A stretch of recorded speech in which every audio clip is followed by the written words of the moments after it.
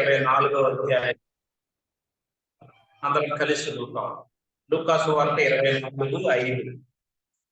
వారు భయపడి ముఖములను నేల మోపి ఉండగా వీరు సజీవుడైన వారిని మీరెందుకు మృతులలో వెలకుచున్నారు. తిరిగి అపోస్తలుల కార్యములు 2వ అధ్యాయం. అపోస్తలుల కార్యములు 2వ అధ్యాయము 23, 24 వచనాలు అందరం కలిసి చదువుతాం. అపోస్తలుల కార్యములు 2వ అధ్యాయం 23, 24. దేవుడు నిశ్చయించిన సంకల్పమును ఆయన భవిష్యత్ జ్ఞానమును అనుసరించి అప్పగింపబడిన ఈయనను మీరు దుష్టుల చేత సిలువ వేయించి చంపితిరి. మరణము ఆయనను బంధించుట అసాధ్యము కనుక దేవుడు మరణ వేదనలు తొలగించి ఆయనను లేపెను. తిరిగి కొరింథీయులకు రాసిన మొదటి పత్రిక 15వ అధ్యాయం. కొరింథీయులకు రాసిన మొదటి పత్రిక 15వ అధ్యాయము 55, 56, 57 వచనాలు. 55, 56, 57 ఈ 3 వచనాలు కలిసి చదువుకుంటాం. ఓ మరణమా నీ విజయం ఎక్కడా? ఓ మరణమా నీ ముళ్ళెక్కడా? మరణపు ముళ్ళు పాపము, పాపమునకున్న బలము ధర్మశాస్త్రమే. అయినను మన ప్రభు అయిన యేసుక్రీస్తు మూలముగా మనకు జయము అనుగ్రహించుచున్న దేవునికి స్తోత్రము కలుగును గాక. ప్రార్థన చేసుకుంటాం. ప్రేమల తండ్రి, పరిశుద్ధమైన దేవా, ఘనమైన తండ్రి, గొప్ప దేవ, మీకే స్తుతులు స్తోత్రాలు. ఈ ఉదయకాల సమయంలో ప్రభా మీ మందిరంలో చేరి మీ నామాన్ని స్తుతించి ఆరాధించి మహిమపరచడానికి మీరు మాకు అనుగ్రహించిన ఈ ధన్యకరమైన సమయానికే మీకే స్తుతులు స్తోత్రాలు. ఈ దినం సార్వత్రికం అంతటిలో ప్రభా మీరు పునరుద్ధానుడై లేచారని ప్రభా మరి అనేక మంది వారు తెలిసి తెలియక ఆ రీతిగా ప్రభా మరి మిమ్మల్ని గురించిన ప్రభా సంతోషము ఆనందములతో అనేక మంది ఉన్నారు. ప్రభా మిమ్మల్ని ఎరిగిన వారందరిని బట్టి మీకే స్తోత్రాలు. మిమ్మల్ని అనుభవపూర్వకంగా తెలుసుకున్న వారందరిని బట్టి మీకే స్తోత్రాలు. మీరు ఎందుకు ఈ లోకానికి వచ్చారు, ఎందుకోసం చనిపోయారు, ఎందుకోసం మీ ప్రాణాన్ని సిలువలో బలిగా అర్పించినారు, ఎందుకై తిరిగి మృతుల్లో నుంచి లేచారు అని ప్రభా మిమ్మల్ని గురించి ఎరిగిన వారందరిని బట్టి మీకే స్తోత్రాలు. ప్రభా అయోగ్యులు అపాత్రులమైన మాకు కూడా ప్రభా ఈ భాగ్యాన్ని అనుగ్రహించినారు. మిమ్మల్ని తెలుసుకునే భాగ్యం, మిమ్మల్ని ఎరగడానికి, హృదయంలో స్వీకరించడానికి, మిమ్మల్ని అనుభవించడానికి, మీ పునరుద్ధానాన్ని, మీ సిలువ కార్యాన్ని మాలో మరి జరిగించి మీ పునరుద్ధాన బలాన్ని ఎరుగునట్లుగా మీరు మాకు చేసినందుకే మీకే స్తోత్రాలు. మమ్మల్ని సంఘంగా సమకూర్చి సంఘములో అంగములుగా చేసి మిమ్మల్ని ఆరాధించే ప్రజలలో చేర్చినందుకే మీకే స్తోత్రాలు. మీ యొక్క ఉన్నతమైన ఉద్దేశము, తలంపులు, మీ సంకల్పాన్ని బట్టి మీకే స్తోత్రాలు. సకాలానికి రావాలని మీ ప్రజలు బట్టి మీకే స్తోత్రాలు. ఇప్పటిదాకా పాటల ద్వారా మిమ్మల్ని మహింపరిచి గణపరిచి కీర్తించడానికి ఇచ్చిన సమయాన్ని బట్టి మీకే స్తోత్రాలు. మీ వాక్య భాగాల్లో నుంచి కొన్ని సంగతులు జ్ఞాపకం చేసుకొని మిమ్మల్ని ఆత్మతో సత్యముతో యథార్థంగా ఆరాధించడానికి కావాల్సిన కృపను అనుగ్రహించండి. అయోగ్యుడ నన్ను జ్ఞాపకం చేసుకోండి. మీ రక్త ప్రోక్షణకి వస్తున్నాను. నన్ను కడిగి శుద్ధీకరించండి, పవిత్రపరచండి, పరిశుద్ధపరచండి. మీ అభిషేకాన్ని అనుగ్రహించండి. ఈ సమయాన్ని దీవెనకరంగా చేసి మీరే మహిమ పొందండి. యేసుక్రీస్తు దివ్యమైన నామమును స్తుతించి ప్రార్థించి వేడుకొనుచున్నాము తండ్రి, ఆమేన్. ఈ రోజు సార్వత్రిక సంఘం అంతటిలో ఈస్టర్ అని జరుపుతున్నారు.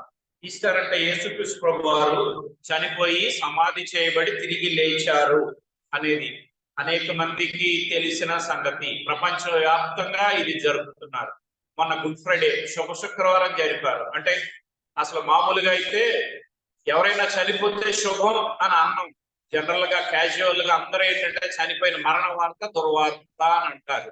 కానీ సృష్టికర్త మానవుల కోసం చనిపోయిన దినం అది శుభము. అది అందరూ ప్రపంచం అంతా గుర్తించి ఆయన త్యాగాన్ని గ్రహించిన వారు అనేక మంది ఆయన ఆరాధించారు. ఈ రోజు ఆయన చనిపోయి సమాధి చేయబడి తిరిగి లేచాడు. ఆయన పునరుద్ధానుడై లేచాడు. ఆయన మరణాన్ని జయించాడు. ఆయన సమాధిని గెలిచాడు అని అనేక మంది ఎరిగిన వారే ఈ రోజు కూడా ప్రభువును ఆరాధిస్తున్నారు. అటువంటి ఆరాధించే ప్రజల్లో మనం కూడా చేర్చబడ్డాం. దేవుడు మనకు కూడా ఆ జ్ఞానం అనుగ్రహించాడు. మన హృదయంలో ఆయన జన్మించడం ద్వారా, ఈ సంగతులు మనం గ్రహించడం ద్వారా ఆయన ఎందుకోసం చనిపోయారు, ఎందుకోసం తిరిగి లేచారనే సంగతులు మనం తెలుసుకుని అనుభవిస్తూ ఇలా సంఘంలో సమకూర్చబడి ఆయన ఆరాధించే ప్రజల్లో ఆయన మనం చేర్చాడు. సో ఈ ఉదయకాల సమయంలో మనం కొన్ని సంగతులు జ్ఞాపకం చేసుకుని ఆయన చేసిన అద్భుత ఆశ్చర్య కార్యాలు, ఆయన తిరిగి లేచిన ఆ సందర్భాలు కొన్ని జ్ఞాపకం చేసుకుని ప్రభువును ఆరాధిస్తాం.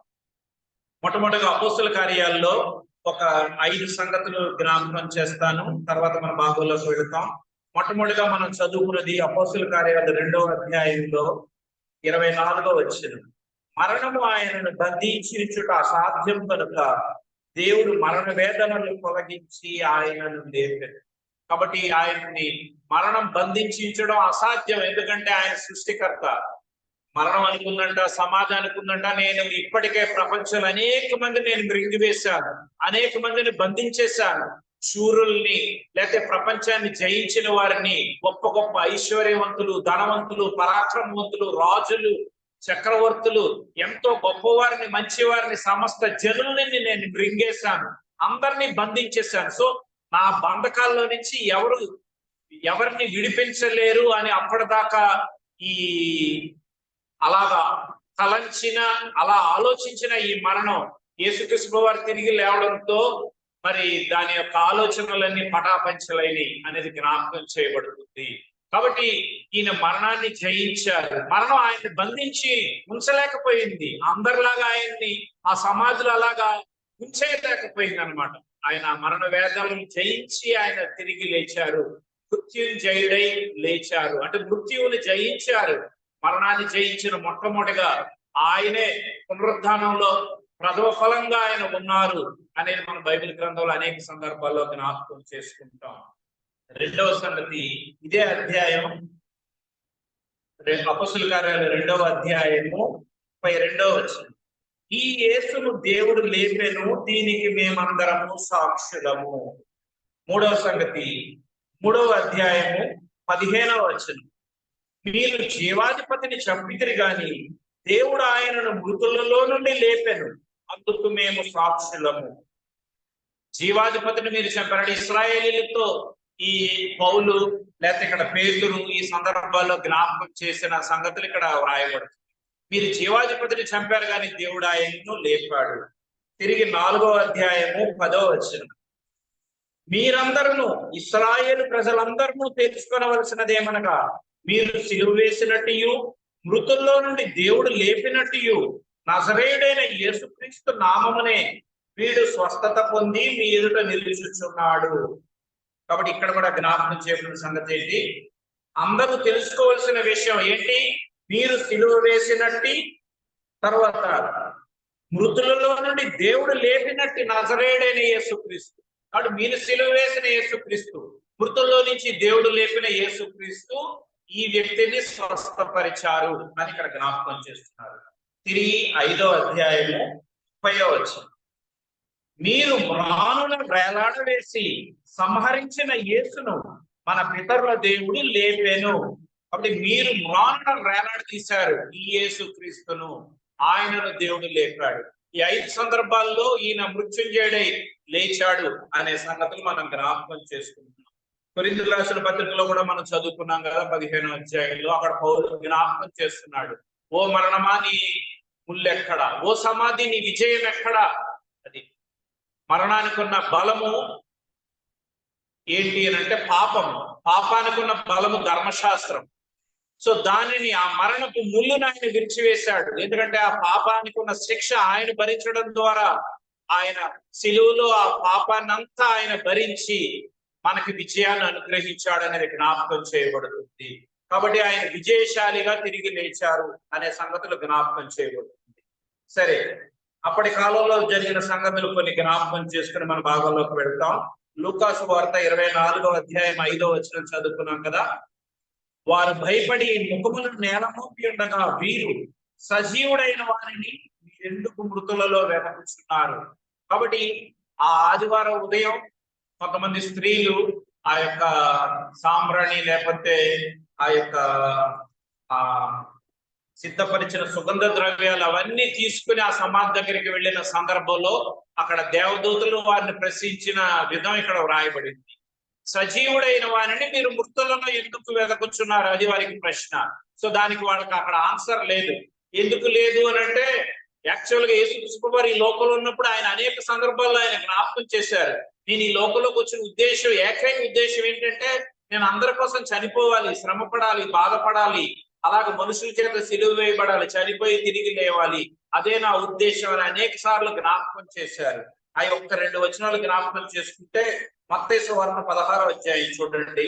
మత్తయి సువార్త 16వ అధ్యాయము మనకు తెలిసిన సంగతులు 21వ వచనం. మత్తయి సువార్త 16:21. అప్పటి నుండి తాను యెరూషలేమునకు వెళ్ళి పెద్దల చేతను ప్రధాన యాజకుల చేతను శాస్త్రుల చేతను అనేక హింసలు పొంది చంపబడి 3వ దినమున లేచుట అగత్యమని యేసు తన శిష్యులకు తెలియజేయ మొదలు పెట్టగా. కాబట్టి ఈయన అనేక సందర్భాల్లో ఈ విషయాలను తెలియజేస్తున్నారు. నేను ఇలాగా హింస అనుభవించాలి, శ్రమ పెట్టబడాలి, అలా చనిపోయి తిరిగి లేవాలి అనే సంగతి. ఇంకొక వచనాన్ని చదువుకుంటే మార్కు సువార్త 10వ అధ్యాయం 33-34 వచనాలు. మార్కు 10:33-34. మనుష్య కుమారుడు ప్రధాన యాజకులకును శాస్త్రులకును అప్పగింపబడును. వారు ఆయనకు మరణశిక్ష విధించి ఆయనను అన్యజనులకు అప్పగించెదరు. వారు ఆయనను అపహసించి ఆయన మీద ఉమ్మి వేసి కొరడాలతో ఆయనను కొట్టి చంపెదరు. 3 దినముల తర్వాత ఆయన తిరిగి లేచునని చెప్పాను. ఈ సందర్భంలో కూడా ఆయన అసలు చివరి దినాల్లో జరిగే సంగతులన్నీ ఏంటి అంటే ఆయన మరణం గురించి, ఆయన భూస్థాపన పునరుద్ధానాల గురించి శిష్యులతోనూ తను నమ్మిన యూదులతో ప్రజలతో వీళ్ళందరితో ఆయన తెలియజేస్తూనే ఉన్నారు.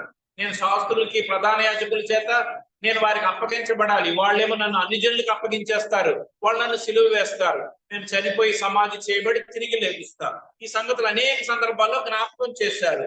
అందుకే లూకా సువార్త 24లో కూడా ఆయన అంటున్నారు కదా 6వ వచనం, ఆయన ఇక్కడ లేడు, ఆయన లేచి ఉన్నాడు, ఆయన ఇంకా గలిలయలో ఉండినప్పుడు మనుష్య కుమారుడు పాపిష్ఠులైన మనుషుల చేతికి అప్పగింపబడి సిలువ వేయబడి 3వ దినమందు లేవవలసినదని ఆయన మీతో చెప్పిన మాట జ్ఞాపకం చేసుకొనుడని వారితో అనిరి. కాబట్టి వీళ్ళు ఈ వచనాల్ని ఇక్కడ ఈ సమాధి దగ్గరికి వచ్చిన వారికి జ్ఞాపకం చేస్తున్నారు. ఆయన ఈ లోకంలో ఉన్నప్పుడు, గలిలయలో ఉన్నప్పుడు మీకు ముందుగా చెప్పారు కదా, ఆ సంగతులు జ్ఞాపకం చేసుకోండి. మీరు మర్చిపోయారు ఈ జరిగిన ఈ సిచ్యువేషన్స్, ఈ సంగతులన్నిటిలో మీరు వాటిల్ని మర్చిపోయారు. ఆయన చెప్పిన సంగతులు, ఆయన ఏం చెప్పారో ఆ సంగతులు మర్చిపోయి మీరు సమాధి దగ్గరికి వచ్చారు. అసలు సమాధి దగ్గరికి వెళ్ళాల్సిన అవసరం లేదు. యేసుక్రీస్తు ప్రభువునందు విశ్వాసం ఉంచితే, నమ్మిక ఉంచితే, ఆయన యందు బలమైన దృఢమైన విశ్వాసం కనుక కలిగి ఉన్నట్లయితే వీళ్ళు అసలు ఆ సమాధి దగ్గరికి వెళ్ళవలసిన అవసరం లేదు. ఎందుకంటే సజీవుడైన వాడిని మృతుల్లో ఎలా ఎక్కుతారు? అసలు ఆయన అక్కడ ఎలా ఉంటాడు? ఎందుకుంటాడు ఆయన మృతుల్లో? ఆయన ఈ లోకంలో ఉన్నప్పుడు చెప్పాడు కదా, నేను ఆయనలో జీవం ఉండెను, ఆ జీవం మనుషులకు వెలుగై ఉండను. ఆయనలో లైఫ్ జీవం ఉంది, ఆ జీవం మనుషులకు వెలుగుగా వచ్చింది. అది ఇన్ హిమ్ వాస్ లైఫ్. అది ఆయనలో జీవం, ఆ జీవం సమృద్ధి అయిన జీవం. అది life, eternal life and abundant life, సమృద్ధి అయిన జీవం. ఆ జీవం ఇవ్వడానికే నేను వచ్చాను అని యోహాను సువార్త 1వ అధ్యాయం ఎన్ని చదివితే మనకి అర్థమవుతుంది. సో ఆ సందర్భాల్లో ఆయన జ్ఞాపకం చేసిన సంగతులు. అందుకే ఇక్కడ ఆ దేవదూతలు అంటున్నారు, మీరు సజీవుడైన వారిని మృతుల్లో ఎందుకు ఎత్తుకుతున్నారు? ఆయన మృతుడు కాడు, ఆయన చనిపోయాడు. ఆయన చనిపోయాడు, యుగయుగములు జీవించేవాడు. అందుకే ప్రకటన గ్రంథంలో మనం చదువుతాం కదా, నేను మొదటి వాడను, కడపటి వాడను, జీవించువాడను, మృతుడనైతిని కానీ యుగయుగములు సజీవుడనై ఉన్నాను. అందులో ఆయన జ్ఞాపకం చేశారంటే నేను మొదటి వాడను, ఐ యామ్ ది ఫస్ట్, అంటే నేను మొట్టమొదటి, అంటే ఆదిలో ఉన్నాను. In the beginning I was. అది మొదట్లో నేనే ఉన్నాను, చివరిగా కడపటి ఉండేవాడను నేనే, కడపటి వాడను కూడా నేనే. ఇప్పుడు ప్రెసెంట్ నా కండిషన్ ఏంటి? ఇప్పుడు నేను జీవిస్తున్నాను. I am living, I am live. అది నేను ఇప్పుడు జీవిస్తున్నాను. అది మృతుడయ్యాను కానీ యుగయుగములు సజీవుడను, అది ఆయన అడ్రస్. కాబట్టి ఆయన మొదట్లో ఉన్నాడు, కడపట్లో కూడా ఉండేది ఆయనే. ఇప్పుడు ప్రెసెంట్ ఆయన కంటిన్యూస్ గా ఆయన జీవిస్తున్నాడు, జీవము గలవాడు. అది ఆయన మరణం ఆయన బంధించుట అసాధ్యము అనే సంగతులు మనకు జ్ఞాపకం చేయబడుతున్నాయి. అయితే వీళ్ళు ఎందుకు ఇలా అయ్యారంటే మానసికంగా కొంత డిస్టర్బ్ అయ్యారు వీళ్ళు. ఎందుకంటే ఆ సమాధి దగ్గరికి రావడానికి ఇవన్నీ ఏంటంటే ఆ సిలువ, ఆ కార్యాలు, ఇవన్నీ ఆయన శ్రమ పెట్టబడ్డం, ఆయన కొట్టబడ్డం, ఆయన అపహసించబడ్డం, ఇవన్నీ ఏంటంటే ఆయన అనేక మందిని స్వస్థపరిచాడు, బాగు చేశారు, అనేక మందిని లేపారు, చనిపోయిన వాళ్ళు లేపారు. ఈ సంగతులన్నీ వాళ్ళకి గుర్తున్నాయి కానీ మానసికంగా వాళ్ళు డిస్టర్బ్ అయిపోయారు. సో డిస్టర్బ్ అయిపోయి వాళ్ళు అనుకుంటున్నారు, ఇంత శ్రమ ఈయనకి వస్తుంటే దీన్ని ఎందుకు ఎదిరించలేకపోయారు, ఎందుకు తప్పించబడలేకపోయారు? ఈ కాన్సెప్ట్ లో, అంటే భౌతికమైన కాన్సెప్ట్ లో వాళ్ళు ఉండిపోయారు అని అనిపిస్తుంది ఒక ఆస్పెక్ట్ లో. అందుకనే వాళ్ళు భౌతికంగానే ఆలోచిస్తున్నారు. అందుకని ఆ సిచ్యువేషన్స్ బట్టి వాళ్ళు కొన్ని డిస్టర్బ్ అయిన కండిషన్స్ మనకి ఇక్కడ జ్ఞాపకం చేయబడుతుంది. ఆ సంగతిని కూడా మనం జ్ఞాపకం చేసుకుంటాం. అది సో దానిని బట్టి వాళ్ళు అలాగా సమాధి దగ్గరికి వచ్చారు. ఇంకా సమాధి దగ్గరికి వచ్చి ఇంకా అక్కడ సుగంధ ద్రవ్యాలు ఏం పూస్తారు అంటే ఆయన చెప్పిన ఆ వాక్యాలను ఆయన మరిచిపోయారు. వారు మరిచిపోయారు. ఆయన విశ్వాసం అనేది వారికి సరిగా లేదు అనే సంగతులు మనకి ఇక్కడ అర్థమవుతాయి. ఆయన అంత స్పష్టంగా అంత క్లియర్ గా నేను దుష్టులైన మనుషులకు చేతికి లేదా పాపిష్టులైన మనుషుల చేతికి అప్పగించబడతా, వాళ్ళు నన్ను సిలువ వేస్తారు, నేను చనిపోయి సమాధి చేయబడి తిరిగి లభిస్తా, నేను మీకంటే ముందుగా గలిలయకి వెళ్తా, ఇలాంటి అనేక సందర్భాలు ఆయన జ్ఞాపకం చేసినప్పుడు అవన్నీ వాళ్ళు గుర్తు తెచ్చుకుని ఉండాల్సింది. ఒకరికొకళ్ళు అలాగా గుర్తు చేసుకుని ఎంకరేజ్ చేసుకుని ప్రభు ఇలా చెప్పాడు కదా మనం అక్కడికి వెళ్ళాలి, మన సమాధికి వెళ్ళవలసిన అవసరం లేదనేది జ్ఞాపకం చేసుకోవాలి. అసలు జనరల్ గా ఏంటంటే సిస్టర్స్ లేకపోతే లేడీస్ అనేది వాళ్ళు ఆ బరియల్ గ్రౌండ్ కి అనేది వెళ్ళరు. జనరల్ గా జెంట్స్ వెళ్తారు, ఎందుకంటే ఆ పరిస్థితులు వాళ్ళు భయపడతారు అనే సిచ్యువేషన్స్ కామన్ గా ఉంటాయి కాబట్టి. అది కానీ వీళ్ళంతా అక్కడికి వెళ్ళాలి మృతులలో. కాబట్టి ఇక్కడ జ్ఞాపకం చేయబడే సంగతి ఏంటంటే ఆయన మృతుడు కాడు, ఆయన సజీవుడు, ఆయన జీవించే దేవుడు అనే సంగతి మనకి ఇక్కడ జ్ఞాపకం చేయబడుతుంది. సో ఈ విషయాలు కనుక మనం 2 సంగతులు జ్ఞాపకం చేసుకుంటే 3 సంగతులు చూడండి. లూకాసు వార్త 7వ అధ్యాయం, లూకాసు వార్త 7వ అధ్యాయము 3వ వచనం 2వ వచనం చదువుతున్నాను. ఒక శతాధిపతికి ప్రియుడైన దాసుడు ఒకడు రోగి అయి చావ సిద్ధమై ఉండేను. సో ఈయన ఈ లోకంలో యేసుక్రీస్తు వారు ఉన్న సందర్భాల్లో 3 సందర్భాల్లో చావడానికి సిద్ధంగా ఉన్న వ్యక్తిని, చనిపోయిన వ్యక్తిని, చనిపోయి 4 దినాలైన వ్యక్తిని ఆయన బాగు చేశారు, స్వస్థపరిచారు. ఈ సంగతిలో వాళ్ళు గుర్తు చేసుకుని ఉండాల్సింది. ఇక్కడ మొట్టమొదటి ఇన్సిడెంట్ ఏంటంటే శతాధిపతికి ప్రియుడైన దాసుడు ఒకడు రోగి అయి చావ సిద్ధమై ఉండను, అంటే చావడానికి సిద్ధంగా ఉన్నాడు, రెడీ టు డై, అంటే ఇంకా చనిపోతాడు కొద్ది క్షణాల్లో. అటువంటి వ్యక్తి యేసుక్రీస్తునందు విశ్వాసం ఉంచారు. ఆయన దగ్గరికి వెళ్ళి ఆయన సహాయం కోసం, ఆయన స్వస్థత కోసం అర్థించారు. ఆయన్ని పిలిస్తే ఆయన వచ్చి ఒక మాట సెలవిస్తే ఆయన ముట్టుకుంటే స్వస్థపరచబడతానని. తర్వాత ఆయన గ్రహించాడు, నేను శతాధిపతిని, ఒక అధికారిని, నా కింద అనేక మంది సైనికులు ఉన్నారు, ఒకరు రమ్మంటే వస్తారు, ఒకరు పొమ్మంటే పోతారు. కాబట్టి ఆ దైవజనుని లేకపోతే యేసుక్రీస్తు వారు ఆయన గొప్ప వ్యక్తి కాబట్టి ఆయన్ని నా ఇంటికి ఆహ్వానించడానికి నేను అర్హుడిని కాదు, ఐఆమ్ అన్వర్ది, అది నేను అయోగ్యుడను అని ఆయన ఎరిగాడు. నేను అయోగ్యుడు. అదే ఆరాధన అంటే ఏంటంటే మనం ఎంత తక్కువ వారంలో ఎరిగితే ఆయన ఆరాధిస్తాం. 2 సంగతులు ఎరిగితే ఆరాధన వస్తుంది. ఒకటి ఆయన ఎంత గొప్పవాడు, ఎంత శక్తి గలవాడు, ఎంత మహోన్నతుడు, ఎంత ప్రభావం గలవాడు, ఎంత ఉన్నతుడు, ఎంత హైయెస్ట్ పొజిషన్ లో ఉన్నాడు, ఎంత పవిత్రుడు, నిర్దోషి, నిష్కల్మషుడు, పాపులలో చేరక ప్రత్యేకంగా ఉన్నవాడు, అన్ని ఆయన గుణ లక్షణాలు బైబిల్లో ఉన్నాయి. ఆయన గుణ లక్షణాలు ఎలా తెలుస్తాయి మనకి? ఆయన వాక్యమే. వాక్యం వెల్లడవుతోడనే వెలుగు కలుగు, నాకు తెలివి లేని వారికి తెలివి అనుగ్రహిస్తుంది. సో వాక్యంలో చదువుతూ ఉంటే ఆయన గొప్పతనం, ఆయన ప్రభావం, ఆయన మహిమ, ఆయన ఘనత, ఆయన కీర్తి, ఆయన శక్తి, ఆయన ప్రభావం అన్ని తెలుస్తాయి. సో ఆయన ఎంత ఉన్నతుడు అని ఎరిగితే ఆయన ఆరాధిస్తాం. రెండోది, మనం ఎంత అల్పులము, ఎంత అదములము, ఎంత తక్కువ వారము, ఎంత అపవిత్రులము, ఎంత చెడ్డవారము అని ఎరిగితే ఆరాధిస్తాం. అందుకే శంకర ఎరిగాడు కదా, అతడు రొమ్ము అది ఆకాశం వైపు కన్నులెత్తుటకైనను ధైర్యము చాలక రొమ్ము కొట్టుకొనుచు పాపినైనా నన్ను కరుణించు. అది అంటే ధైర్యం. అసలు కళ్ళు పైకెత్తిన, కళ్ళు పైకెత్తితే దేవుడు అక్కడ ఉన్నాడా? లేడు. అంటే ఏంటంటే కళ్ళు పైకెత్తితే దేవుడు ఆకాశం మీద ఉన్నాడు కదా, అంటే నువ్వు నన్ను చూసే అంత ధైర్యం ఉందా అనే ఆ ఫీలింగ్ ఆయన కలిగింది. అంటే నువ్వు పాపాత్ముడివి, పాప సంబంధమైన వ్యక్తివి, నువ్వు అధముడవు, అది నువ్వు నన్ను నా యందు దృష్టించే అంత శక్తి లేని వాడవు అని ఆయనకు అనిపించింది. సో నేను పైకి చూడలేను, ఆకాశం వైపు కళ్ళు ఎత్తలేను, ఆయన యొక్క సన్నిధి, ఎందుకంటే ఆకాశం ఆయన సింహాసనం, భూమి ఆయన పాదపీఠంలో రాయబడింది కదా. సో ఆకాశం వైపు నేను చూడలేను, అక్కడ అలా పైకి చూస్తే ఆయన ఉంటారు, ఆయన చూసే అంత పరిశుద్ధుడను కాను, ఆయన వైపు నేను దృష్టించలేను, నేను అపవిత్రుడను అని రొమ్ము కొట్టుకొనొచ్చు పాపినైనా నన్ను కరుణించు అంటే అతని కంటే ఇతడు నీతిమంతులుగా తీర్చబడి తన ఇంటికి వెళ్ళిన అనే సందర్భం ఉంది కదా. కాబట్టి ఏంటంటే మనం ఎంత తక్కువ వారం, ఎంత అపవిత్రులు మనం ఎరిగితే ఆరాధన వస్తుంది. ఆయన ఎంత గొప్పవాడు, ఎంత ఉన్నతుడు. అందుకే దావీదు మహారాజు అంటాడు కదా, మహోన్నతుడైన దేవునికి నా కార్యము సఫలము చేయి దేవునికి నేను మొరపెట్టుచున్నాను. He is most high God. మహోన్నతుడు, అది ఆయన ఉన్నతుడే కాదు, మహోన్నతుడు అంటే సూపర్లేటివ్, ఇంకా అంతకంటే ఉన్నతుడు లేడు, అది హైయెస్ట్ పొజిషన్. సో అదంతా ఎరిగాడు కాబట్టి ఆయన అంత తగ్గించుకొని ఆయన నేను దేవుని మందిరంలో ఉంటే ఆయన ద్వారం వద్ద ఉంటే నాకు ఇష్టం. ఇవన్నీ దేవుని మందిరాన్ని ప్రేమించే స్థితి. అంటే ఆయన మందిరంలో ఆయన ఉంటాడు, ఆయన సన్నిధి ఉంటది, ఆయన ప్రభావం ఉంటది, ఆయన తేజస్సు ఉంటది, ఆయన బలిపీఠం ఉంటది. ఇవన్నీ వాళ్ళు ఎరిగారు భక్తులు. దావీదు, కోరవ కుమారులు, ఆసాపు, వీళ్ళందరూ దేవుని యొక్క సన్నిధి యొక్క వాల్యూ ఎరిగారు. కాబట్టి అంత ఉన్నతమైన స్థితి అంతా వాళ్ళు గ్రహించారు. కాబట్టి వాళ్ళని వాళ్ళు తగ్గించుకొని వాళ్ళు మహారాజులైన అలా ఉన్నారు. అసలు బైబిల్లో వాళ్ళందరి సంగతులు చూస్తే వాళ్ళు సాష్టాంగపడి అని ఉంటది. మనం ఎప్పుడు లైఫ్ లో సాష్టాంగపడి ప్రార్థన చేసాం. మన మోకాళ్ళు వేసేవాళ్ళ పాతకాలంలో, మోకాళ్ళు వేయడం కూడా చాలా కష్టం అయిపోయింది అది. సో ఆ రాజులు అనేక సందర్భాల్లో నేను కొన్ని నోట్ చేసుకున్నా. వాళ్ళందరూ సమాజం ఎదుట, అందరి ఎదుట వాళ్ళు మోకరించి ప్రార్థన చేశారు. దావీదు అయితే ఏంటి, సొలొమోన్ అయితేనేంటి, ఇటువంటి గొప్ప గొప్ప రాజులు కూడా. అది మామూలుగా రాజులు అయితే తగ్గించుకోవడానికి ఇష్టపడరు అసలు.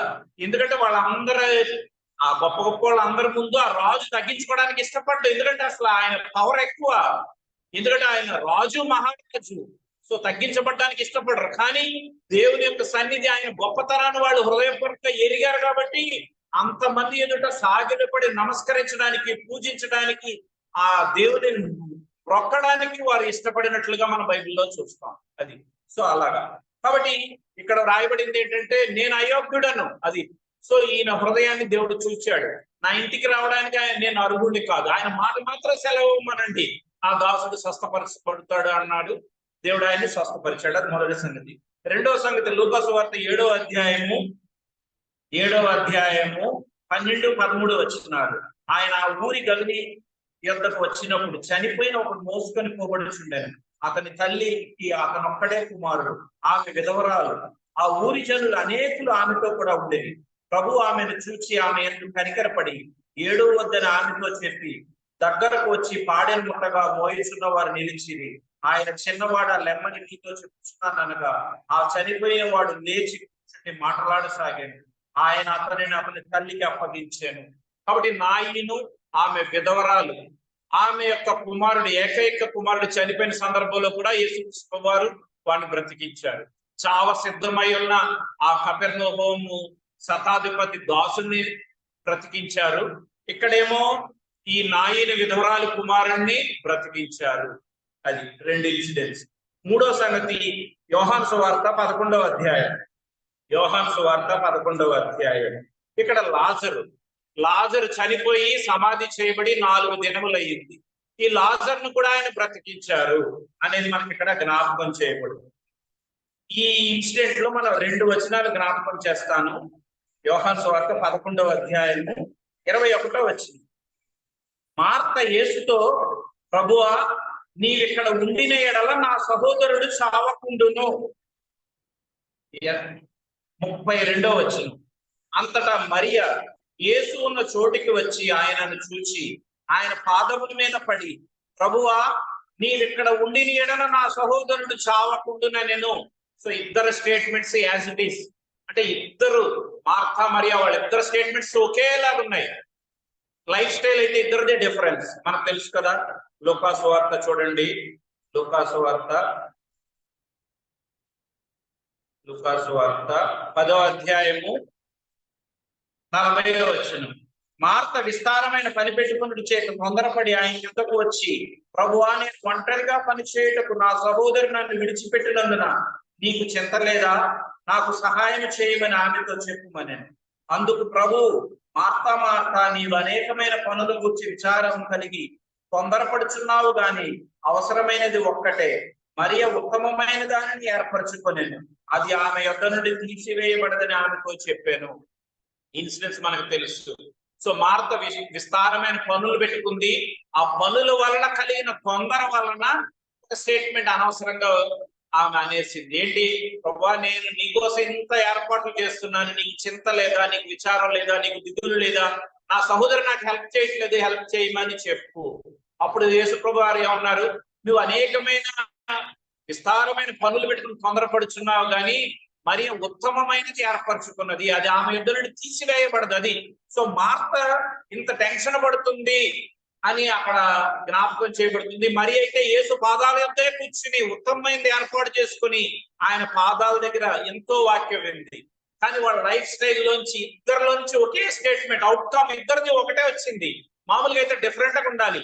రోజు వాక్యం విని ఆయన పాదాల దగ్గర కూర్చునే వాళ్ళు ఎలా రెస్పాండ్ అవ్వాలి?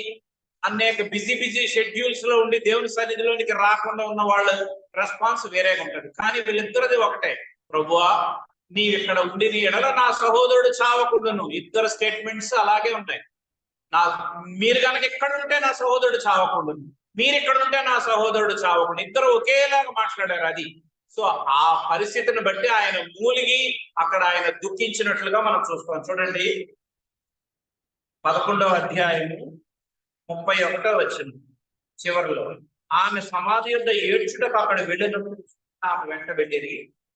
32 అంతటా మరియ యేసు ఉన్న చోటికి వచ్చి ఆయనను చూచి.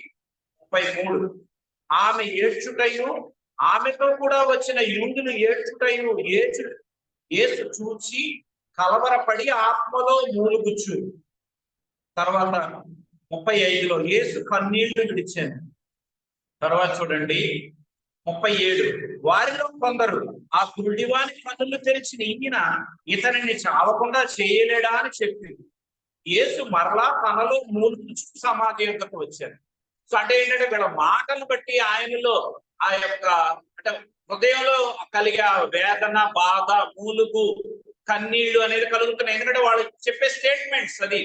సో అంటే ఆయనకి ఏమనిపించిందంటే, మార్తా మరి ఇద్దరు ఒకేలా ఉన్నారే, నా పాదాల దగ్గర కూర్చున్న మరియా అలాగే ఉంది, ఆ పనుల్లో బిజీ షెడ్యూల్ ఉన్న మార్త కూడా ఒకేలాగా ఉంది. అయ్యో ప్రభా నీ ఎట్లుంటే నా సోదరుడు చావకుండా, ఒకేలాగా స్టేట్మెంట్లు చెప్తున్నారే. అక్కడ ఉన్న జనులు కూడా ఏమంటున్నారు, ఆ దివాని కన్నులు తెరిచిన ఈయన ఈ లాజర్ చనిపోకుండా చేయలేడా, ఈయన్ని ఇలా కాపాడలేడా? సో ఈ మాటలన్నీ ఆయన్ని బాధిస్తున్నాయి. అందుకని ఆయన అందులో మునిగినట్లుగా మనకు కనిపిస్తుంది. సో ఈ ఇన్సిడెంట్స్ అన్ని మనకి ఏం జ్ఞాపకం చేస్తున్నాయంటే, ఈయన చనిపోకుండా బ్రతికించగలడు, అసలు చనిపోకుండా చేయగలడు, చనిపోయిన వ్యక్తిని కూడా బ్రతికించగలడు. అందుకే పైన అన్నారు కదా, ఇది మరణం వరకు వచ్చింది కాదు అని. కానీ ఆయన సంగతిని వారు గ్రహించలేకపోయారు అనేది మనకి ఇక్కడ జ్ఞాపకం చేయబడుతుంది. అందుకే 11:25లో మనం చదువుతాం కదా, అందుకు యేసు పునరుత్థానము జీవము నేనే, నా యందు విశ్వాసం ఉంచిన వాడు చనిపోయినను బ్రతుకును, బ్రతికి నా యందు విశ్వాసం ఉంచువాడు ప్రతివాడు ఎన్నటికి చనిపోడు. కాబట్టి పునరుత్థానం నేనే, జీవం నేనే. I am the resurrection and life. అది అంటే చనిపోయిన వాడిని బ్రతికించేవాడిని నేనే, అసలు జీవమే నేను. అది పునరుత్థానాన్ని నేనే, జీవాన్ని నేనే. సో నా యందు విశ్వాసం ఉంటే చనిపోడు, చనిపోయినా వాడు తిరిగి బ్రతుకుతాడు. అది ఎందుకంటే పునరుద్ధానం అంటే బ్రతికించేవాడిని నేనే. అందుకే ఇంకో చోట ఉంటుంది కదా, బ్రతికించువాడు మృతునందించువాడను నేనే అని ఇంకో సందర్భంలో ఆయన జ్ఞాపకం చేస్తారు. అది సో అంటే ఆ సంగతిని వారు అంతగా ఎరగలేదు అనేది జ్ఞాపకం చేయబడుతుంది. అంటే ఈ సంగతులన్నీ వారు మనసులో లేవు, వాళ్ళు గ్రహించలేకపోయారు. కాబట్టి ఈ ఇన్సిడెంట్స్ అన్ని వాళ్ళకి కనుక గుర్తుంటే వాళ్ళ సమాధి దగ్గరికి వెళ్ళేవాళ్ళు కాదు. ఎందుకంటే లాజర్ చనిపోయిన సందర్భంలో చాలా స్పష్టంగా చెప్పారు కదా, పునరుత్థానాన్ని నేనే, జీవం నేనే, నా యందు ఎవరు విశ్వాసం ఉంచుతారు వాళ్ళు ఎప్పటికీ చనిపోరు అని జ్ఞాపకం చేశారు. ఇది నా మహిమార్థమై వచ్చిందని జ్ఞాపకం చేశారు. తర్వాత అక్కడ లాజర్ని బయటకు రమ్మని ఆయన్ని బ్రతికించిన సందర్భం, అతనికి ఏ విధమైన మరణ అవసరం లేకుండా అతను ఏ రీతిగా ఎంత అద్భుతంగా బయటకు వచ్చాడు, ఈ సంగతులన్నీ వారు మరి హృదయంలో వారికి జ్ఞాపకం లేవేమో అని అనిపిస్తాయి. సరే, ఇదంతా ఒకటి. కాబట్టి వీళ్ళ సిచ్యువేషన్స్ కూడా కొన్ని జ్ఞాపకం చేసుకుంటే, వీళ్ళ కండిషన్స్ చూడండి, వీళ్ళ మానసిక లేకపోతే ఆత్మీయమైన స్థితి, కొన్ని సంగతులు జ్ఞాపకం చేస్తాను. చూడండి, మార్కు సువార్త 16వ అధ్యాయం.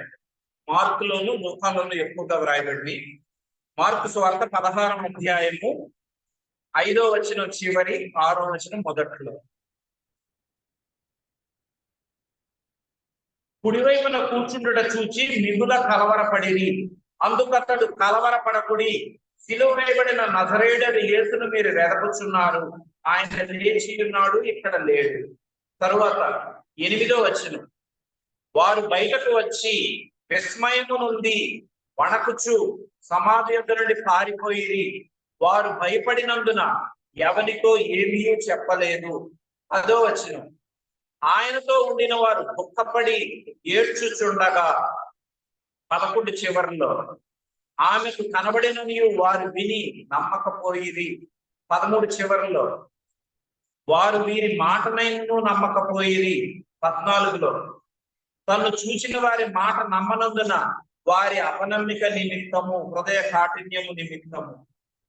సో ఇక్కడ వీళ్ళ కండిషన్స్ అన్ని జ్ఞాపకం చేయబడింది.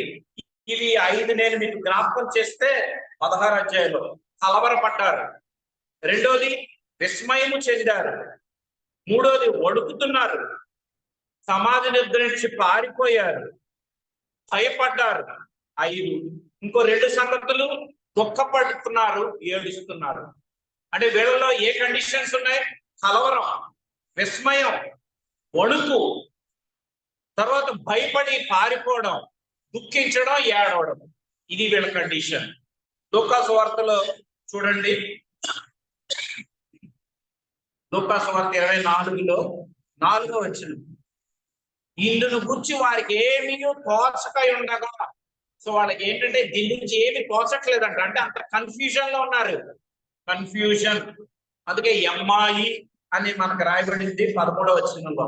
దానికి కూడా బైబిల్ పండితుల ట్రాన్స్లేషన్ కన్ఫ్యూజన్ అనే మాటని తర్జుమా చేశారు. ఎమ్మాయి అంటే కన్ఫ్యూజన్, అయోమయం, లేకపోతే వాళ్ళు కలవరము, ఆందోళన, అంటే వాళ్ళ మానసిక స్థితి సరిగా లేదు, అది వాళ్ళ కలవరంలో ఉన్నారు అనేది జ్ఞాపకం చేయబడింది. సో వాళ్ళకి అందుని గురించి ఏమి తోచకుండా ఉన్నారంట. ఇంకో సంగతి ఏంటి? 5వ వచనంలో వాళ్ళు భయపడ్డారు. ఇంకో సంగతి ముఖములు నేలమోపి, అంటే అది అంటే ఏంటంటే ఇంకా వాళ్ళకి ఏం అర్థం కావట్లేదు. ముఖాలు నేలమోపడం అంటే ఏంటంటే తప్పు చేసిన వారు, లేకపోతే అసలు ఏమి గ్రహింపు లేని వాళ్ళు, లేకపోతే ఇంకా అసలు వాళ్ళకి ఇంకా నెక్స్ట్ స్టెప్ వేయాలన్న ఆలోచన లేదు. ముఖాలు నేలమోపడం అంటే అలా నిట్టూర్చి ఇంక ఏం చేయాలి, ఎటువైపు వెళ్ళాలి, అసలు నిలబడాలా, కూర్చోవాలా, నడవాలా, వెళ్ళాలా, వద్దా, అంటే అంత కన్ఫ్యూజన్ లో ఉన్నారు వాళ్ళు. ఎటు తోచకుండా ఉన్నారు, భయపడ్డారు, ముఖాలు నేలమోపి, తప్పు చేసిన వారిగా, ఏదో ఘోరం జరిగిపోయినట్లుగా అంతలా ఉన్నారు, అంత నిస్పృహలో. అంటే ఈ కండిషన్స్ అన్ని మనం అనుకునేది ఏంటి అని అంటే, ఆ సిలువ భయంకరమైన ఆ సిలువ దృశ్యం నుంచి, అంటే వీళ్ళు ఎక్స్పెక్ట్ చేసింది ఏంటంటే అసలు దాని నుంచి తప్పించబడతారు అని వాళ్ళు ఎక్స్పెక్ట్ చేశారు. కానీ అలా జరగకుండా ఆయన అలా సిలువలో ఆయన చనిపోవడం, ఆయన ప్రాణాన్ని అలాగా అచేతనంగా ఉండి తను తాను రక్షించుకోలేకపోవడం అనేది వీళ్ళు మానసికంగా డిస్టర్బ్ అయ్యారు అనేది మనకి కొంతగా అలా అనిపిస్తుంది. అది ఇవన్నీ ఈ లేఖనాలని వాళ్ళు ఎరిగిన సంగతులు అవన్నిటిని కప్పేసినాయి. ఈ 2-3 రోజులు జరిగిన ఇన్సిడెంట్స్ అన్ని, ఈ భయంకరమైన సిలువ శ్రమలు వాటిల్ని మర్చిపోనట్లుగా చేసిని. అయ్యో ఇంత ఘోరమైన ఈ శ్రమల నుంచి ఈయన తప్పించుకోలేదు, విడిపించబడలేడు అనే కాన్సెప్ట్, అంటే మానసికమైన ఆ యొక్క డిస్టర్బెన్స్ లో వాళ్ళు ఉండి ఈ ఈ యుగ సంబంధమైన దేవత వారి మనోనేత్రాలకు గుడ్డితనం కలుగజేసి ఈ లేఖనాల్ని మర్చిపోయినట్లుగా చేయబడడం ద్వారా వీళ్ళు ఇలాంటి స్థితిలో ఉన్నారు. అందుకే యేసుప్రభు వాళ్ళు ఏమన్నారు 25వ వచనంలో, అవివేకులారా, ప్రవక్తలు చెప్పిన మాటలన్నిటినీ నమ్మని మందమతులది. వీళ్ళు అవివేకులు, ప్రవక్తలు చెప్పిన మాటలన్నిటిని నమ్మని మందమతి. అంటే ఏంటంటే మెంటల్ స్టేజ్ ఎలాగుందంటే మతి మరుపు, మందమతి. అంటే మందంగా ఉంటే ఏమవుతుంది, ఇంకా ఏమి నెక్స్ట్ స్టెప్ ఏమి చేయాలో తెలియదు. అది అంటే అలా కాన్స్టెంట్ గా అలాగా స్టేబుల్ గా అలా ఉండిపోతారు. ఇంకా నెక్స్ట్ ఏం చేయాలి అనేది గ్రహింపు, ఆ ఆలోచన అనేది లేకుండా అనేది జ్ఞాపకం చేయకూడదు. అందుకనే 11వ వచనం చూడండి, వీరి దృష్టికి వారి మాటలు వెర్రి మాటలుగా కనబడిన. వెర్రి మాటలుగా ఉన్నాయండి. అసలు వేరే వాళ్ళు చెప్పినప్పుడు ఆయన లేచాడు, రండి మాకు కనిపించాడు అని చెప్పినప్పుడు ఎలా ఉండాలి? ఇది కొరింథీయులకు రాసిన పత్రికలో పౌలు ఏమంటాడు, సిలువను కూర్చిన వార్త నశించే వారికి వెర్రితనం. వీళ్ళు నశించే వాళ్ళు కాదు, దేవుని విశ్వాసించిన వారు. కానీ వీరికి కూడా ఎలా ఉన్నాయంటే వెర్రి మాటలు ఉన్నాయంటే వీళ్ళ మానసిక స్థితి సరిగా లేదు కాబట్టి అవి వెర్రి మాటలుగా అనిపించినాయి. ఇంకా వీళ్ళ కండిషన్ ఎలా ఉంది? 15వ వచనంలో, యేసు తానే దగ్గరకు వచ్చి వారితో కూడా నడిచెను, వారు ఆయన్ను గుర్తుపట్టలేకుండా వారి కన్నులు మూయబడను. యేసు ప్రభు వారే దగ్గర నడుస్తున్నా గానీ గుర్తుపట్టలేని స్థితి అది. తర్వాత 17వ వచనం చివరిలో, వారు దుఃఖముఖులై నిలిచిరి. సో యేసు ప్రభు వారు కొన్ని ప్రశ్నలు వేస్తుంటే దుఃఖముఖాలు. అది అంటే ఏంటంటే అంత నిరాశ నైరాశ్యంలోకి వెళ్ళిపోయారు, అంత మందమతిలోకి వెళ్ళిపోయారు. అది అంత దుఃఖం. ఎందుకంటే యేసు ప్రభు వారు సిలువలో చనిపోయారనే విచారం, దుఃఖం తప్ప మిగిలిన సంగతులు ఏమి వాళ్ళు గుర్తు రావట్లా. పాత జరిగిన సంగతులన్నీ, యేసు ప్రభు వారు చేసిన అద్భుతాలు అవన్నీ, ఆయన చెప్పిన సంగతులు, నేను తిరిగి లెగుస్తానని చెప్పిన సంగతులు అవేం గ్రహించలేవు. అది ఇంకా తర్వాత చూడండి 37వ వచనం. వారు దిగులు పడి భయాక్రాంతులై భూతము తమకు కనబడిందని తలంచిరి. 38 మీరు ఎందుకు కలవరపడుచున్నారు? మీ హృదయములలో సంతోషము సందేహములు పుట్టనేల. సరే, ఎన్ని కండిషన్స్, వీళ్ళు డిస్టర్బ్ అయిపోయిన కండిషన్స్ చూడండి. దిగులు, భయాక్రాంతులు, భూతం తమకు కనబడింది. ఇదివరకు కూడా అదే కదా, ఆ యేసు ప్రభు వారు ఆ తెల్లవారుజామున ఆ సముద్రం మీద నడుచుకొస్తుంటే భూతం అనుకుని కేకలు వేశారు. అది సో ఇప్పుడు కూడా అలాంటి కండిషన్. కలవరం, సందేహం, అది హృదయాంతా ఆ సిచ్యుయేషన్స్ కి వీళ్ళు డిస్టర్బ్ అయిపోయారు. కాబట్టి ఇటువంటి డిస్టర్బెన్స్ మైండ్ లో, ఆ కాన్సెప్ట్ లోకి అలా ఉండిపోయారు అనేది మనకి ఇక్కడ జ్ఞాపకం చేయబడుతుంది. సో వీళ్ళు మానసికంగా ఇంతలా డిస్టర్బ్ అయిపోయారు. కానీ అక్కడ దేవదూతలు వచ్చి కూర్చున్నారు. ఎందుకంటే అది వీరి కోసమే అనేది మనకి ఇక్కడ జ్ఞాపకం చేయబడుతుంది. ఎందుకంటే యేసుక్రీస్తు ప్రభువారిని ఆ రాయి తొలగించడానికి అది దేవదూతలు వచ్చి ఆ రాయిని దొర్లించక్కర్లేదు, లేకపోతే ఇంకొకటి ఏంటో అక్కడ జరగక్కర్లా. యేసుక్రీస్తు ప్రభువారే ఒక మాట చొప్పున రావచ్చు, లేకపోతే అందులోంచి ఆయన ఆ రాయి దొర్లించక ముందే బయటకు వచ్చేసారు. అది అది ఆ రాయి దొర్లించబడ్డం ఇవన్నీ చూడండి. మత్తయి సువార్తలో వచనం ఉంటది. మత్తయి సువార్త 28వ అధ్యాయం. మత్తయి సువార్త 28:2 వచనం. ఇదిగో ప్రభువు దూత పరలోకము నుండి దిగి వచ్చి రాయి పొర్లించి దాని మీద కూర్చుండెను. అప్పుడు మహాభూకంపము కలిగెను. ఆ దూత స్వరూపము మెరుపు వలె ఉండెను. అతని వస్త్రము హిమమంత తెల్లగా ఉండెను. అతనికి భయపడటం వలన కావలి వారు వణికి చచ్చిన వారి వలె ఉండిరి. సో ఈ సిచ్యువేషన్స్ అన్ని ఎవరికి ఉండాలంటే అన్యులకి, దేవుని నమ్మని ప్రజలకి, ఈ రోమీలైన సైనికులకు ఉండాల్సిన సిచ్యువేషన్స్ ఈ దేవుని నమ్మిన ప్రజలకి, ఇశ్రాయేలీలకి, యేసు ప్రభువును ఫాలో అయిన వారు ఈ కండిషన్స్ అనిపిస్తున్నారు. వాళ్ళు రోమీలు కఠినమైన వ్యక్తులు, వాళ్ళని కాపలా పెట్టారు. ఎందుకంటే ఆ రాయిని ఎవరైనా పొర్లించి యేసు ప్రభువుని ఎత్తుకుపోతారేమో. సో దానికి ఒక సీల్ వేశారు, ముద్ర వేశారు. ఓ బలిష్ఠులైన సైనికులు అంతా అక్కడ కాపలా పెట్టారు. చతుష్టయం లాగా ఎంతో మందిని సెక్యూరిటీ అక్కడ పెట్టారు. సో ఎప్పుడైతే పరలోకం నుంచి దేవదూతలు వచ్చి ఆ రాయి పొర్లించి ఆ రాయి మీద ఆయన కూర్చుండిపోయారో, ఆ యొక్క తేజస్సు అసలు యేసు ప్రభుని వాళ్ళు చూడలేదు. ఎందుకంటే అప్పటికే ఆయన లేచిపోయారు. ఎందుకంటే ఆ దూత పొర్లించిన తర్వాత యేసు ప్రభు లేచినట్లు ఎక్కడా లేదు మనకి. సో ఇది అంతా ఏంటంటే వీళ్ళకి, అంటే ఆ సమాధి దగ్గరికి వచ్చిన వాళ్ళకి ప్రూఫ్, ఎవిడెన్స్ కోసం ఇలా జరిగినాయి అనేది మనకి బైబిల్లో మనకి ఈ సంగతులు అర్థమవుతాయి. ఎందుకంటే అనేక సందర్భాల్లో యేసు ప్రభు తలుపులు వేచి ఉన్నప్పుడు ఆయన ఇంట్లోకి వచ్చినట్లుగా మనం అనేక సందర్భాల్లో చూస్తాం కదా, ఇందాక సందర్భంలో కూడా. కాబట్టి ఈ సిచ్యువేషన్, ఆ దూత ఎప్పుడైతే అక్కడ కూర్చున్నారో దాన్ని బట్టి వాళ్ళు భయపడి వణికి చచ్చిన వారి వల్లే అయిపోయారు. అది సో అంటే అంతలా ఫ్రీజ్ అయిపోయారు వాళ్ళు. ఇంక కదిలితే ఆ దూత మనల్ని ఏం చేస్తాడని. అసలు ఈ రోమీలు కఠినమైన వ్యక్తులు, ఇటువంటి కఠినమైన వ్యక్తులు, ఆయన్ని సిలువ వేసిన, ఆయన్ని హింసించిన ఇంత భయంకరమైన వ్యక్తులు ఈ సిచ్యువేషన్, ఈ గొప్ప వెలుగు, ఆ దూత ప్రకాశము, ఆయన వస్త్రాలు వెలుగు ఇవన్నీ చూసి అంతలా వణికి భయపడిపోయారు. అంతలా ఫ్రీజ్ అయిపోయారు.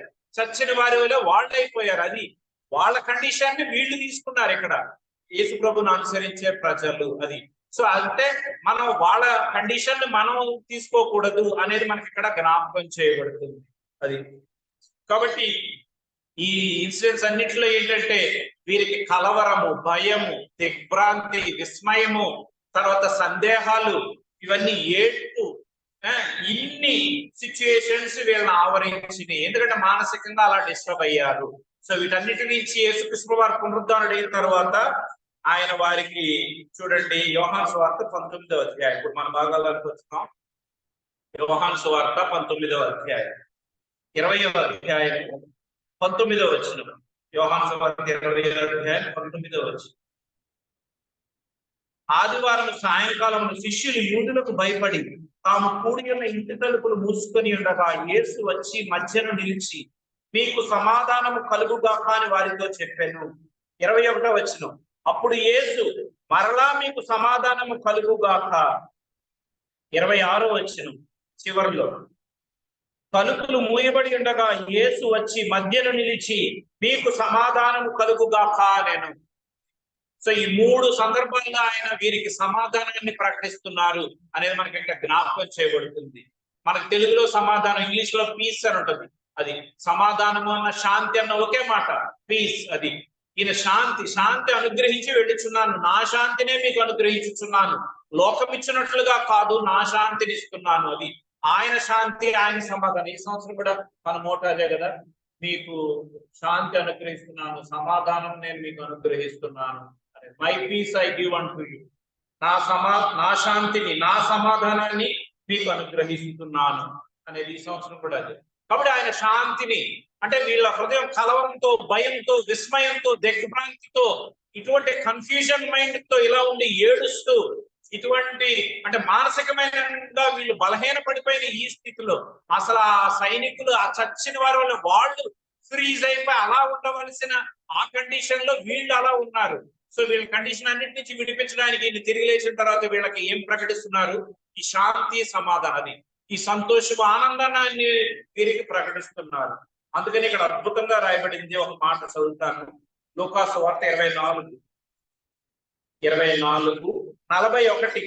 అయితే వారు సంతోషము చేత, తర్వాత చూడండి 52వ వచనం, వారు ఆయనకు నమస్కారము చేసి మహానందముతో యెరూషలేమునకు తిరిగి వెళ్ళి ఎడతెగక దేవాలయములో ఉండి దేవుని స్తోత్రము చేయుచుండిరి. ఈ 4 సువార్తల్లో ఈ మాట ఇంకెక్కడ రాయబడలా, లూకా సువార్తలోనే ఈ మాట రాయబడింది. వీళ్ళు మహానందం పొందారు, సంతోషము, మహానందం. అప్పుడు దాకా కలవరం, ఆందోళన, దిగులు, దిగ్భ్రాంతి, ఈ సందేహాలు, ఎటు తోచక అయోమయం, అసలు అంటే కన్ఫ్యూజన్ మైండ్ లో, ఫికిల్ మైండ్ లో, భయం, అసలు ఎటు తోచక, ముఖాలు నేల మోపి, ఇంకా మా కండిషన్ అంతా అయిపోయింది, మేము ఇటు వెళ్ళాలా, అటు వెళ్ళాలా, ఇటు వెళ్ళాలా, కూర్చోవాలా, పడుకోవాలా, లెగవాలా, అంటే ఏ కండిషన్ ఏమి తెలియని అయోమయ స్థితిలో ఉన్న వీళ్ళకి యేసుక్రీస్తు వారు తిరిగి లేచి వీరికి హృదయంలో శాంతి, సంతోషం, సమాధానాన్ని ప్రకటించి వారి హృదయంలో అది ఇచ్చారు. సో దాంట్లో ఏం కలిగిన ఆనందం కాదు, వీళ్ళకి మహానందము చేత, అది మహానందం చేత యెరూషలేముకు తిరిగి వెళ్ళారు. తిరిగి వెళ్ళి ఏం చేశారంట? ఎడతెగక దేవాలయంలో ఉండి దేవుని స్తోత్రము చేయుచుండేది. ఇప్పుడు వచ్చింది వీరి హృదయంలో నుంచి ఈ సంతోష, ఆనందం. ఎప్పుడైతే వీరి హృదయంలో నింపబడిందో ఇప్పుడు ఆనందము, సంతోషం అనేది. అందుకే కీర్తనకారుడు చూడండి ఒక మాట అంటారు కదా, బైబిల్లో మనకు రాయబడింది చూడండి, ఒక వచనాన్ని జ్ఞాపకం చేస్తాను. కీర్తనలు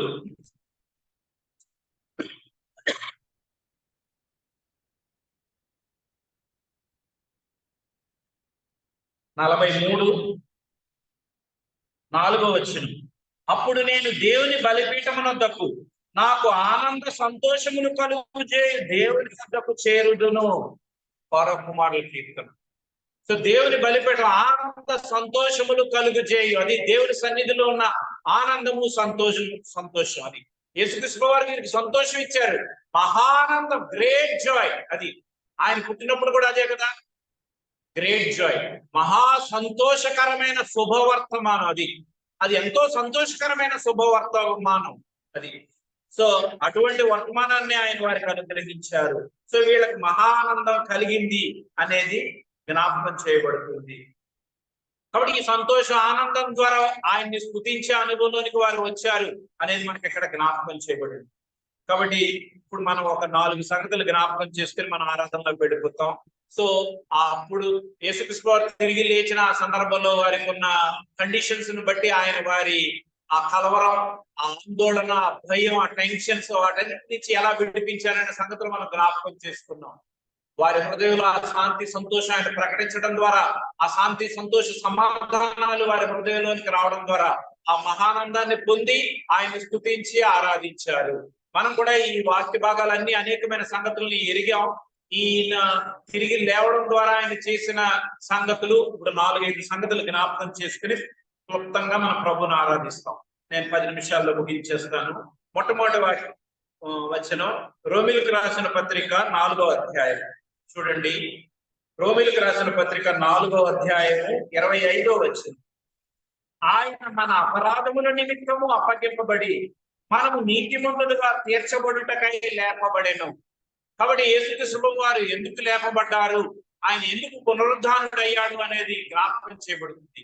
మన అపరాధాల కోసం ఆయన అప్పగించబడ్డాడు. అది మన పాపాల కోసం, మన అపరాధాల కోసం ఆయన అప్పగించబడ్డాడు. ఎందుకు లేపబడ్డాడు? మనం నీతిమంతులుగా తీర్చబడ్డానికి, మనల్ని నీతిమంతులుగా చేయడానికి. అది ఆయన నీతిమంతుడు, ఆయన నీతిని మనకు అనుగ్రహించడానికి ఆయన తిరిగి లేపబడ్డాడు. మొట్టమొదటి సంగతి మనల్ని నీతిమంతులుగా తీర్చడానికి ఆయన లేచాడు. రెండవ సంగతి జ్ఞాపకం చేసుకుంటే చూడండి, కొలస్సీలకు రాసిన ఎఫ్సీలకు రాసిన పత్రిక ముందు చూడండి, FC 2:1 మీ అపరాధముల చేతను పాపముల చేతను మీరు చచ్చిన వారై ఉండగా. కాబట్టి మనం అపరాధాలు, మన పాపాలు మనల్ని చనిపోయే స్థితిలోనికి నెట్టిని. అది అందుకని ఆయన ఏం చేశాడు? కొలస్సీలకు రాసిన పత్రిక 2వ అధ్యాయము 13వ వచనం. కొలస్సీలకు రాసిన పత్రిక 2:13 మరియు అపరాధముల వలనను శరీరమందు సున్నతి పొందక వలన మీరు మృతులై ఉండగా. అంటే ఇక్కడ ఒక వచనాన్ని జ్ఞాపకం చేసుకుంటే, అపరాధముల వలన మీరు మృతులై ఉండగా. అది మన అపరాధాల వల్ల, పాపాల వల్ల మృతులము, చచ్చిపోయిన వారము, చచ్చిపోయిన స్థితి. అది ఈ స్థితి ఎందుకు వచ్చింది? ఈ కండిషన్ ఎందుకు వచ్చింది అంటే మన అపరాధాలను బట్టి, మన పాపాలను బట్టి మనం చచ్చిపోయిన స్థితిలో ఉన్నాము. ఇటువంటి మనల్ని బ్రతికించాడు. FC 2:5 మన అపరాధముల చేత చచ్చిన వారమైనప్పుడు సహితము మన ఎడల చూపిన తన మహాప్రేమ చేత మనలను క్రీస్తుతో కూడా బ్రతికించాను. కాబట్టి ఈ అపరాధాల చేత, ఈ పాపాల చేత మనం మృతులుగా ఉన్నప్పుడు, చచ్చిపోయినప్పుడు ఆయన మనల్ని క్రీస్తుతో కూడా బ్రతికించాడు. యేసుక్రీస్తు తిరిగి లేవడం ద్వారా ఆయన మనల్ని బ్రతికించాడు. అందుకే మనం 7వ వచనం చదువుతాం కదా, క్రీస్తు యేసునందు మనలను ఆయనతో కూడా లేపి పరలోకమందు ఆయనతో కూడా కూర్చుండబెట్టాడు. కాబట్టి మనల్ని ఆయనతో కూడా లేపాడు, పరలోకమందు ఆయనతో కూర్చుండబెట్టాడు. అంటే మన మృత స్థితి, చనిపోయిన స్థితి, అపరాధముల చేత చచ్చిపోయిన స్థితి నుంచి జీవం, అది సజీవులుగా చేసి ఆయనతో లేపి పరలోకమందు ఆయనతో సహవాసం చేసే స్థితిలోనికి తీసుకొచ్చాడు. ఆయన తిరిగి లేవడం ద్వారా మనల్ని నీతిమంతులుగా తీర్చాడు. ఆయన తిరిగి లేవడం ద్వారా మన అపరాధాల నుంచి విడిపించి, మన చనిపోయిన స్థితి నుంచి విడిపించి, మనల్ని బ్రతికించి, మనల్ని ఆయనతో లేపి పరలోకంలో ఆయనతో కూర్చుండి పెట్టాడు. భౌతికంగా అయితే ఈ లోకంలో ఇలా ఉండవలసిన మనల్ని, మన ఆత్మీయ స్థితిని సరిచేసి పరలోకంలో ఆయనతో సహవాసం కలిగి ఉండే ఆ ఉన్నతమైన స్థితి, ఆ వెలుగు, ఆ పరలోక రాజ్యం, నిత్య రాజ్యం, ఆ శాశ్వత రాజ్యం, ఆ రాజ్యంలో కూర్చుండబెట్టి ఆ స్థితిలోనికి మనల్ని తీసుకొచ్చాడు. అంటే అంత ఉన్నతమైన స్థితిలోనికి తీసుకొచ్చాడు. చచ్చిపోయిన స్థితి అంటే ఇంకా అది చనిపోయిన వారిని ఏం చేస్తామంటే మనం ప్రార్థన పెడతాం. అంటే ఈ భూ సంబంధంగా, లోకంగా, ఈ మట్టిలో కలిసిపోయిన స్థితి. అంటే ఇంత అధమ స్థితి నుంచి ఆ ఉన్నతమైన ఆ మహిమ రాజ్యం, అంటే అంత కన్వర్షన్, అంత మార్పును ఆయన తీసుకొచ్చాడు. అది మన శరీరం చనిపోతుంది కదా, ఇది మృతమైనది. ఇటువంటి స్థితి నుంచి మన ఆత్మను బ్రతికించి పరలోకంలో ఆయనతో కూడా, ఆయనతో ఫెలోషిప్, ఆయనతో సహవాసం, అంటే దేవదూతలు, ఆయన రాజ్యము, ఆ వెలుగు రాజ్యము, శాశ్వత రాజ్యము, ఆ మహిమ రాజ్యము, ఆ అందులో ఉండే ఆధిక్యత, అది బ్రతికిన వారు అక్కడ ఉంటారని.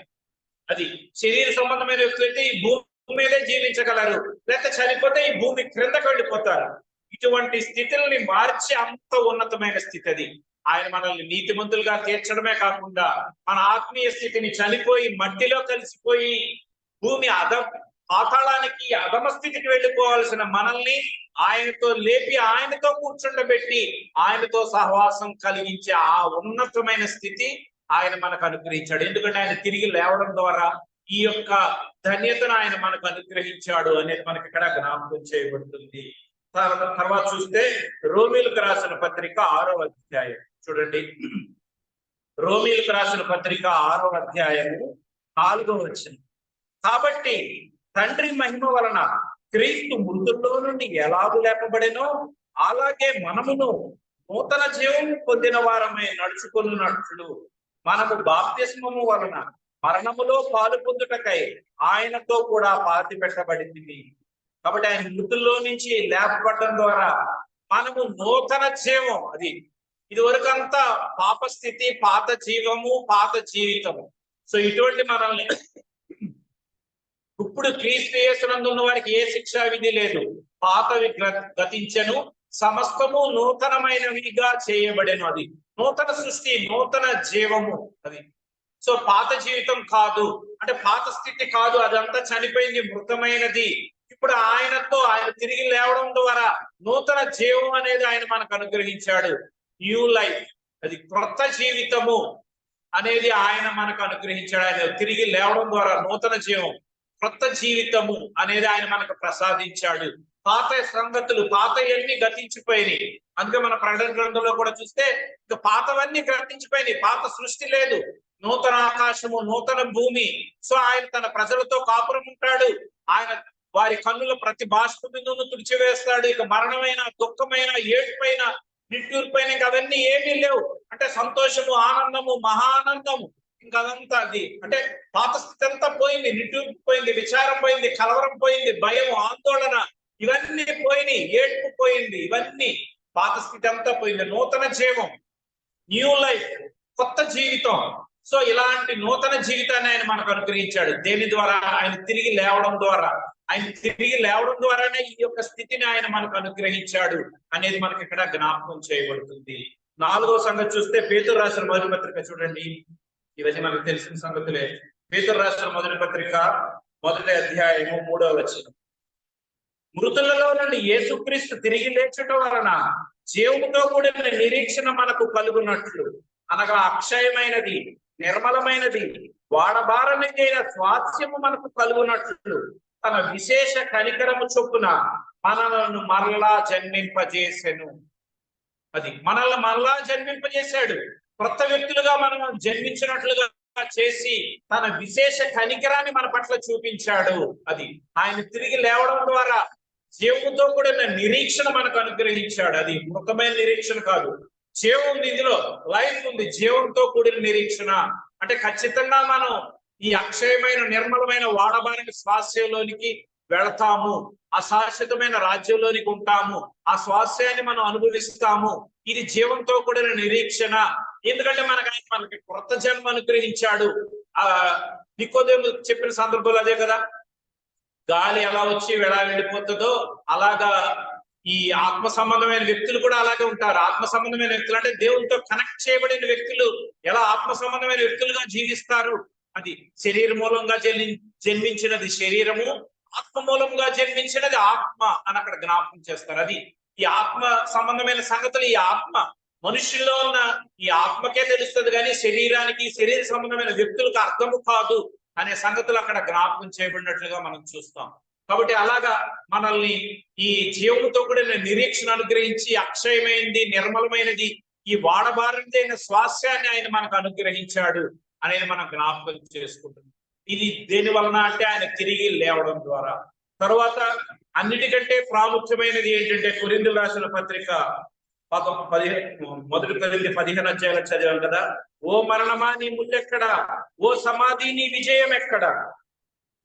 మరణపు ముళ్ళు పాపము, పాపమునకున్న బలము ధర్మశాస్త్రం. అది పాపం చేసిన వారంతా మరణం, శాపగ్రస్తులు, వీరంతా మరణం అనుభవించాలి, నిత్య నాశనం, నిత్య నరకం, నిత్యమైన ఎడబాటు, దేవునితో ఎడబాటు, ఇంకా వాళ్ళు ఎప్పుడు పరలోకానికి రాలేరు అనే స్థితి.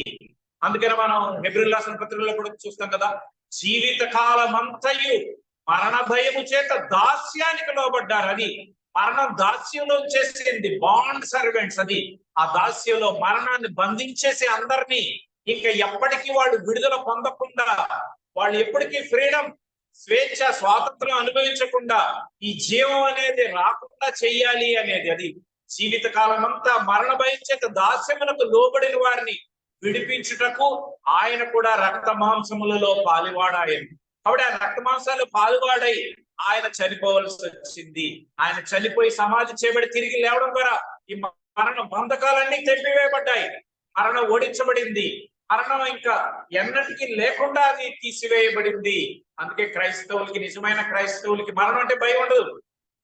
మనం అనేక సందర్భాల్లో జ్ఞాపకం చేసుకున్న అనేక సందర్భాలు చూస్తాం కదా, అనేక మంది మరణం అంటే భయపడిపోతారు, అళ్ళిపోతారు, జడిసిపోతారు, మరణ వార్తలు వినడానికి ఇష్టపడరు. అమ్మో అమ్మో ఎంతో భయం, మరణం అంటే అమ్మో ఆ సంగతులు చెప్పకండి, ఇంకేమన్నా చెప్పండి. ఉదయం ఏంటంటే అశుభం, ఇలాంటి మాటలు చెప్తారు. సో ఈ మరణం ఇలాంటివన్నీ మాట్లాడకండి, అవి మాట్లాడకూడదు, అశుభం అదంతా. అలాంటివి మాట్లాడితేనే భయం మాకు అది. ఎందుకంటే చచ్చిపోతాం అంటే భయం. ఎందుకు? వాళ్ళకి గమ్యం తెలియదు, శుభ నిరీక్షణ లేదు, జీవంతో కూడా నిరీక్షణ లేదు. పరలోక రాజ్యంలో ఉంటాం, అక్షయమైన నిర్మలమైన వాడవారికి శ్వాస, ఇవన్నీ వాళ్ళకి తెలియవు, ఇవన్నీ అర్థం ఇందా చదువుకున్నట్లు వెర్రి మాటలుగానే ఉంటాయి. నశించే వారికి సిలువను గురించిన వార్త వెర్రితనం అలాగే వాళ్ళకు ఉంటది, కానీ ఇవేమీ అర్థం. కానీ విశ్వాసులకి, క్రైస్తవులకి చనిపోయిన తర్వాత ఇంకా అద్భుతంగా దేవుని సంగతులు, లేక పరలోక రాజ్యంలో ఆయనతో ఉండే భాగ్యం, ధన్యత, వెలుగు రాజ్యం, ఆ ప్రకాశమానమైనది, నూతన జీవం, నూతన జన్మ, లేకపోతే ఆ పరలోక రాజ్యంలో ఆ వెలుగు సంబంధులుగా జీవించడం, ఇదంతా ఎంతో అద్భుతంగా ఆనందంగా ఉంటది. అదంతా మన హృదయంలో మనం అనుభవిస్తూ ఉంటాం. కాబట్టి దానికోసమే అందరూ ఈ దేహంలో మూలుగుచు దానికోసం కనిపెడుతున్నారు అనేది అనేక సందర్భాల్లో మనం చదువుతూ జ్ఞాపకం చేసుకుంటాం కదా, దానికోసం నిరీక్షిస్తున్నారు అని. అది ఎంతో బెటర్ థింగ్, అది ప్రమోషన్ అని అంటాం మనం. మరణం అనేది ఒక ప్రమోషన్, అది గ్రేడ్, మనం అంటే ఉన్నతమైన స్థితికి వెళుతున్నాం అనేది మనం జ్ఞాపకం చేస్తుంది. అది మరణాన్ని ఆయన జయించాడు, మరణాన్ని నుంచి ఓడించి దాన్ని నాశనం చేసి మరణ బంధకాల నుంచి విడిపించి అందరికీ విజయాన్ని అనుగ్రహించారు అనేది మనం జ్ఞాపకం చేసుకుంటాం. సో ఈ 5 సంగతులు మనం జ్ఞాపకం చేస్తున్నాం. ఇంకా అనేకమైన సంగతులు ఉన్నాయి, కానీ ఈ మరణం ద్వారా, ఆయన తిరిగి లేవడం ద్వారా ఆయన మనకి పాపక్షమాపణ అనుగ్రహించి, నూతన జీవం అనుగ్రహించి, శుభ నిరీక్షణ అనుగ్రహించి, మనల్ని నీతిమంతులుగా తీర్చి, మనకి నూతన జీవం, నూతన జన్మ, ఇవన్నీ అనుగ్రహించి ఆ రీతిగా ఆయన మనల్ని నడిపిస్తున్నాడు. ఈ సంగతులు మనం జ్ఞాపకం చేసుకోవాలి. అదే ఆయన చనిపోయినప్పుడు జరిగిన సంగతులు, ఆ భయము, ఆందోళన, కలవరము, ఆ కలవరపరిచే సందర్భాలు అన్నిటి నుంచి వారిని విడిపించి అక్కడ ఉన్న వారికి ఆనందం, మహదానందం, సంతోషం ఎలా కలుగు చేసి వారిని ఆరాధించే స్థితిలోనికి ఎలా తీసుకొచ్చారనేది జ్ఞాపకం చేసుకున్నాం కదా. మరలా వచనాన్ని చదువుతాను. లూకాసు వార్త 24వ అధ్యాయము చివరి వచనం, 24 చివరి వచనం, 52, 53 వచనాలు. వారు ఆయనకు నమస్కారం చేసి మహా ఆనందంతో యెరూషలేమునకు తిరిగి వెళ్ళి ఎడతెగక దేవాలయంలో ఉండి దేవుని స్తోత్రము చేయుచుండిరి.